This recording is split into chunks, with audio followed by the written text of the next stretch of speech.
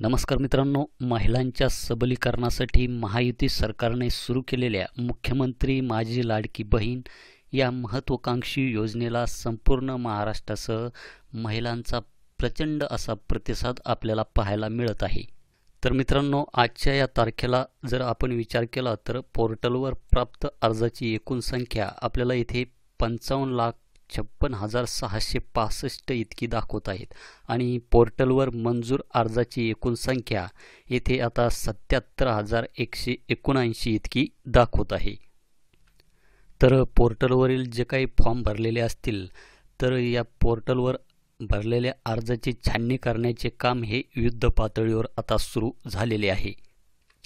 तर यामध्ये नारी शक्तिदूत ॲपवर ज्या महिलांनी अर्ज भरलेले आहे अशा महिलांचे जे काही ॲप्रूव्ह झालेले अर्ज असतील, अशा ॲप्रूव्ह झालेले जे काही अर्ज असतील त्यांचे पेमेंट हे जमा झालेले आहे आणि त्यांच्या अकाउंटमध्ये 3,000 रुपयांचा जो काही जुलै आणि ऑगस्टचा हप्ता असेल हा क्रेडिट झालेला आहे।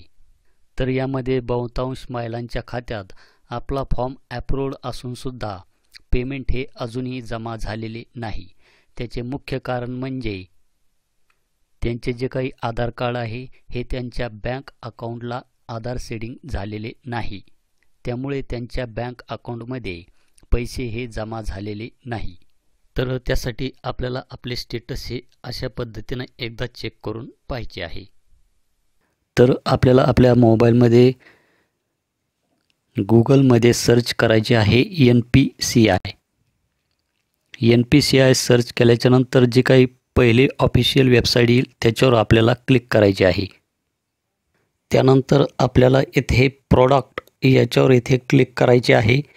त्यानंतर इथे खाली कंझ्युमर हा जो काही प्लसचा आयकॉन दिसत आहे आपल्याला इथे क्लिक करायचे आहे। त्यानंतर आपल्याला मित्रांनो इथे भारत आधार सेडिंग एनेबल बेस याच्यावर क्लिक करायचे आहे। येथे क्लिक केल्याच्यानंतर आपल्यासमोर अशा प्रकारचा एक डॅशबोर्ड दाखवेल। त्यानंतर येथे रिक्वेस्ट फॉर आधार सेडिंग, तर हा जो काही ॲरो दिसत आहे ॲरोवर आपल्याला इथे क्लिक करायचे आहे।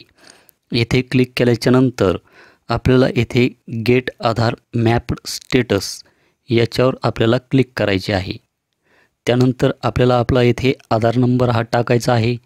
त्यानंतर हा जो काही कॅप्चा दिसत आहे हा कॅप्चा आपल्याला इथे टाकायचा आहे। हा जर कॅप्चा आपल्याला समजत नसेल तर हे जे काही ॲरो दिसत आहे याच्यावर जर क्लिक केलं तर आपल्यासमोर दुसरा कॅप्चा आपल्यासमोर येथे ओपन होऊन जाईल। तर हे स्टेटस चेक करण्यासाठी आपल्या आधार कार्डला मोबाईल लिंक असणे हे गरजेचे आहे। तर मी इथे आधार नंबर हा टाकून घेतो, त्यानंतर हा कॅप्चा टाकून येथे चेक स्टेटसवर क्लिक करतो। त्यानंतर OTP हा येईल त्या मोबाईलवर, तो OTP टाकून आपल्याला इथे सबमिट करायचे आहे। सबमिट केल्याच्यानंतर आपण इथे पाहू शकतात की स्टेटसमध्ये आधार नंबरचे शेवटचे 4 डिजिट आपल्याला इथे दाखवले जाईल। त्यानंतर इथे मॅपिंग स्टेटसमध्ये आपण पाहू शकतात की इथे नेव्हर एनेबल्ड फॉर DBT, म्हणजेच हा जो काही आधार कार्ड आहे हे आधार कार्ड कोणत्याही बँक खात्याला लिंक झालेले नाही। तर आपले स्टेटस हे अशा पद्धतीने दाखवत असेल तर आपल्याला पैसे हे मिळणार नाही।